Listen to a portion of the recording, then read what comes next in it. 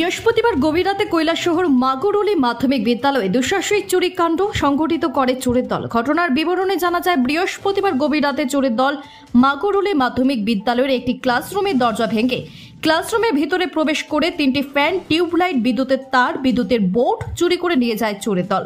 শুক্রবার সকালবেলা মাগরুলি মাধ্যমিক বিদ্যালয়ে গিয়ে দেখতে পান স্কুলের একটি ক্লাসরুমের দরজা ভাঙা এবং তিনি সেই ক্লাসরুমের ভেতরে প্রবেশ করে দেখতে পান যে ফ্যান, টিউবলাইট, বিদ্যুতের তার ও বিদ্যুতের বোর্ড নেই।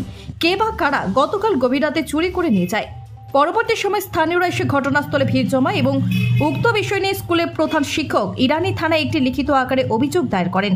পুলিশ অভিযোগ মূলে ঘটনাস্থলে এসে তদন্ত শুরু করে।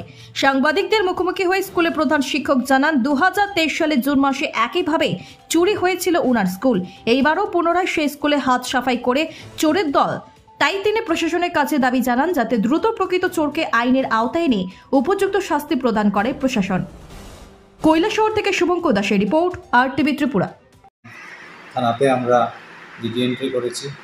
জিডি এন্ট্রির কপি আছে, যেখানে আমরা এই যে জিডি এন্ট্রির কপিটা। আচ্ছা, ঠিক আছে। আচ্ছা, তো স্যার আনুমানিক কত টাকার জিনিসপত্র হবে স্যার, সব কিছু মিলিয়ে?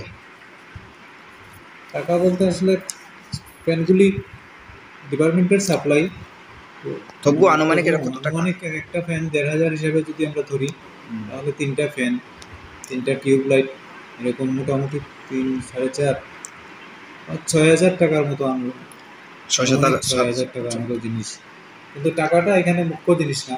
ঠিক আছে, কারণ বিদ্যালয়ের ছাত্রছাত্রীরা গরমে ভীষণ কষ্ট পায়, তাদের দিকেই লক্ষ্য রেখে আমরা এই রুমটাকে বিশেষভাবে সাজিয়েছিলাম। এখানে নির্বাচনী ভোট গ্রহণ প্রক্রিয়া সেটাও চলে।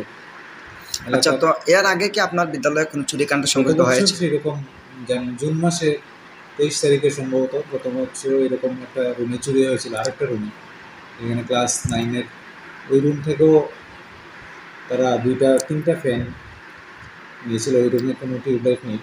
আচ্ছা, তো থানাতে অ্যাপ্লিকেশন দেওয়া হয়েছে? গতবারও আমরা থানাতে দিয়েছিলাম। তো থানা কি এসেছিলেন?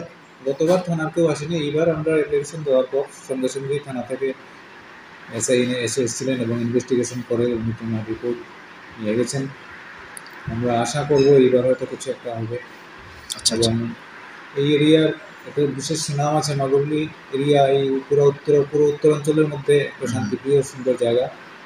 আমার বিশ্বাস এলাকার জনগণ, যাদের শিশুরা এই বিদ্যালয়ে পড়ে, তারা বিদ্যালয়ের প্রতি বিশেষ নজর দেবে এবং ভবিষ্যতে যাতে এই ধরনের ঘটনা না ঘটে, এই দিকে সবার আমাদের নজর থাকবে।